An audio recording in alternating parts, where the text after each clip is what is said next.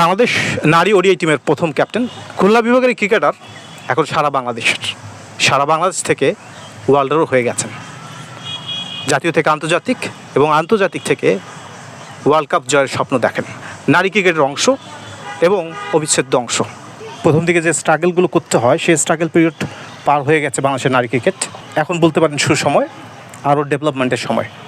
যে সময়টাতে এসেছিলেন প্রচুর স্ট্রাগল করেছেন, নিজেকে এস্টাবলিশ করেছেন, অ্যাজ এ লিডার হিসেবে রিপ্রেজেন্ট করেছেন। বাংলাদেশের নারী ক্রিকেটের প্রথম নির্বাচক উনি নারী হিসেবে। সেই সালমা খাতুনের কথা বলতেছি। সালমা খাতুন রংপুরে এসেছেন, ওনার কথা শুনবো। এখনকার যে প্রেক্ষাপট নারী ক্রিকেটের, আপনি যখন খেলেছিলেন পার্থক্যের জায়গাগুলো কি স্পষ্ট? না, অবশ্যই, কারণ আমরা যখন স্টার্ট করেছিলাম তখন কিন্তু এত মেয়ে ছিল না। আমরা ফার্স্ট 2007-এ যখন স্টার্ট করি তখন 10টা জেলা নিয়ে খেলা হয়েছিল। তো সেই জায়গা থেকে স্ট্রাগল করে কিন্তু আমরা এসেছি। এখন যে জেনারেশনটা শুরু হয়েছে, অনেক মেয়ে, মানে আমি বলতে পারি যে অনেক মেয়ে, এখন 400-500-র উপরে মেয়ে আছে যারা ক্রিকেট খেলতে চায় বা খেলছে। তো আমরা যখন শুরু করি আসলে আমরা তখন, হ্যাঁ আপনি যেটা বললেন যে আমরা স্ট্রাগল করেছি, অবশ্যই স্ট্রাগল করেই আমরা এখানে এসেছি। সেটা ছিল যেরকম আমরা প্রথমে স্টার্ট করি ধানমন্ডি ওমেন্স কমপ্লেক্সের মাঠে আমরা স্টার্ট করি। তো মানে আন্তর্জাতিক ম্যাচের বিসিবির আন্ডারে যখন আমরা স্টার্ট করেছি তখন আমাদের পার ডে একটা ছিল, সেটা হচ্ছে মাত্র 50 টাকা ছিল। তো সেখান থেকেই কিন্তু আমরা মানে আস্তে আস্তে করে ডেভেলপ করে এখন কিন্তু একটা ভালো পর্যায়ে মেয়েরা টাকা পাচ্ছে। তো আমরা স্ট্রাগল করেছি যারা, তারা এখনও অনেকে খেলছে, মানে টুকটাক 2-1 জন আছে। যেরকম যদিও ছিল ওই সময় হয়তো বা 2 বছর পরে আসছিল, আমরা ছিলাম আমি, পান্না, তারপর হচ্ছে মনা, চামেলি, আয়শা, এরা আমরা প্রথম থেকেই খেলেছি।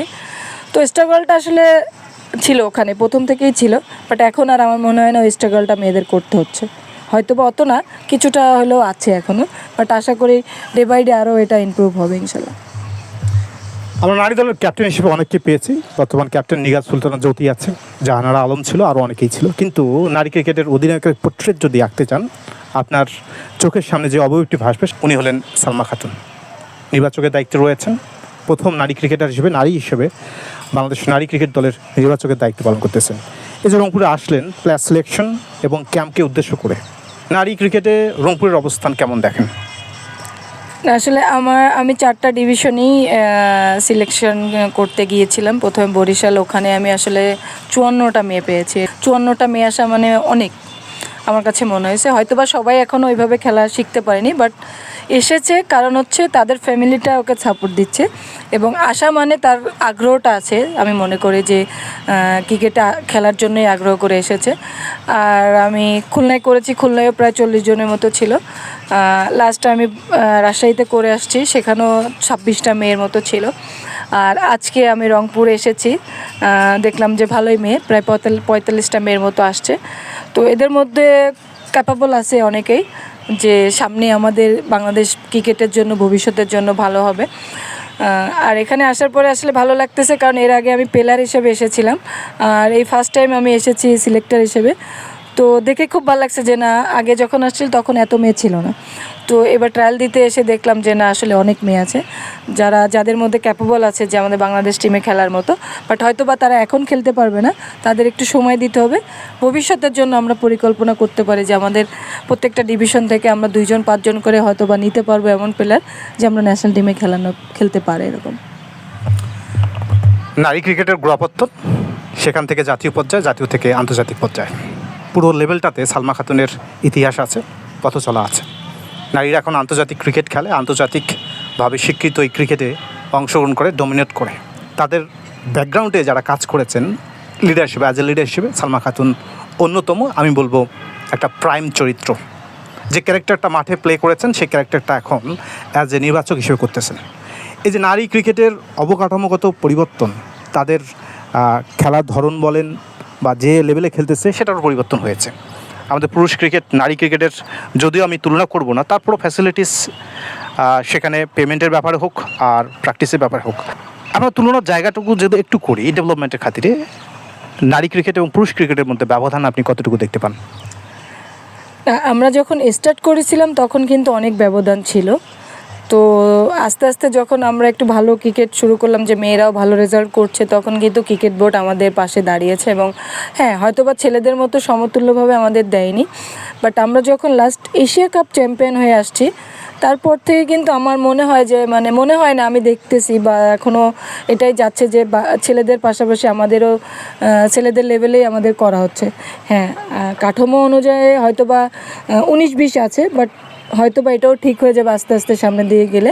বাট আমার মনে হয় যে আমরা যখন স্টার্ট করি তার থেকে এখন মানে আল্লাহর অশেষ রহমত যে অনেক ভালো মেয়েরা পাচ্ছে, স্যালারি পাচ্ছে, এবং আপনার টুর্নামেন্টগুলো খেলতে পাচ্ছে, এবং এখন কিন্তু অনেক টুর্নামেন্ট হচ্ছে। এর আগে আমরা জেলা খেলতাম, জেলাটা বন্ধ হয়ে গেছে, স্কুল টুর্নামেন্টটা বন্ধ হয়ে গেছে, ওটা নিয়েও আমরা কাজ করছি ইনশাল্লাহ।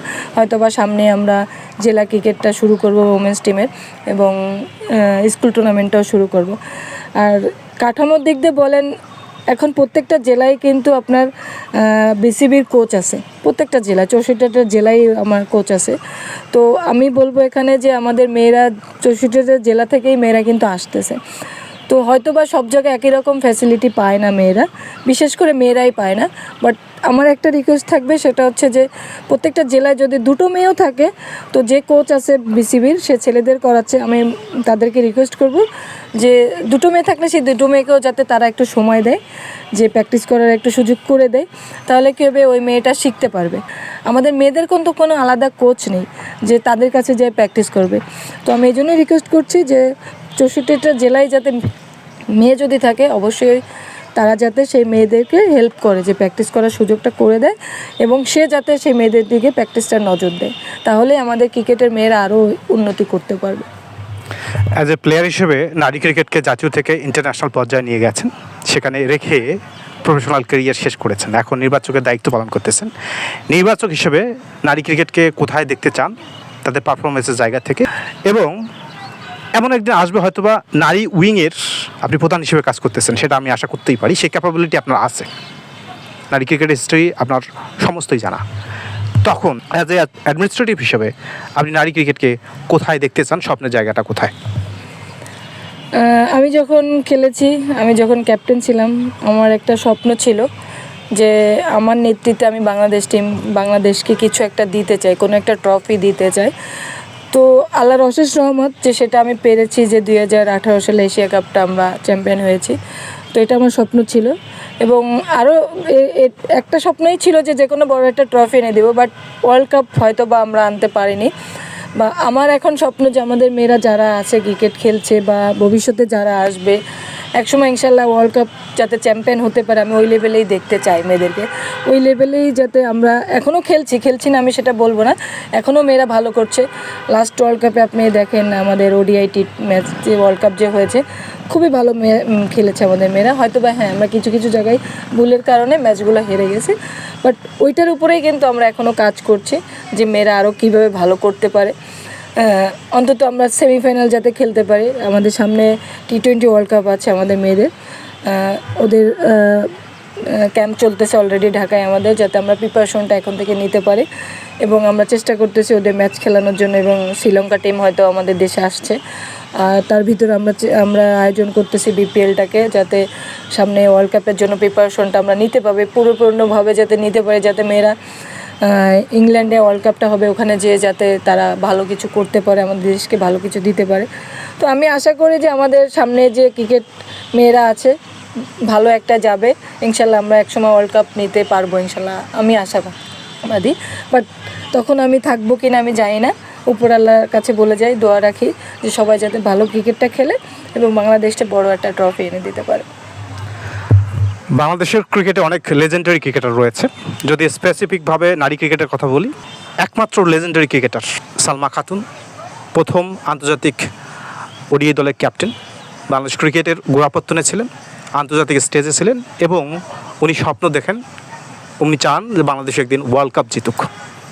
সালমা খাতুন ক্রিকেটের জন্য কতটুকু করেছেন, আগামী দিনের ক্রিকেট যারা খেলতে চান, এই ইতিহাসটুকু জেনেই ক্রিকেট খেলবেন, তাহলে আপনাদের জন্য ক্রিকেটটা সহজ হবে।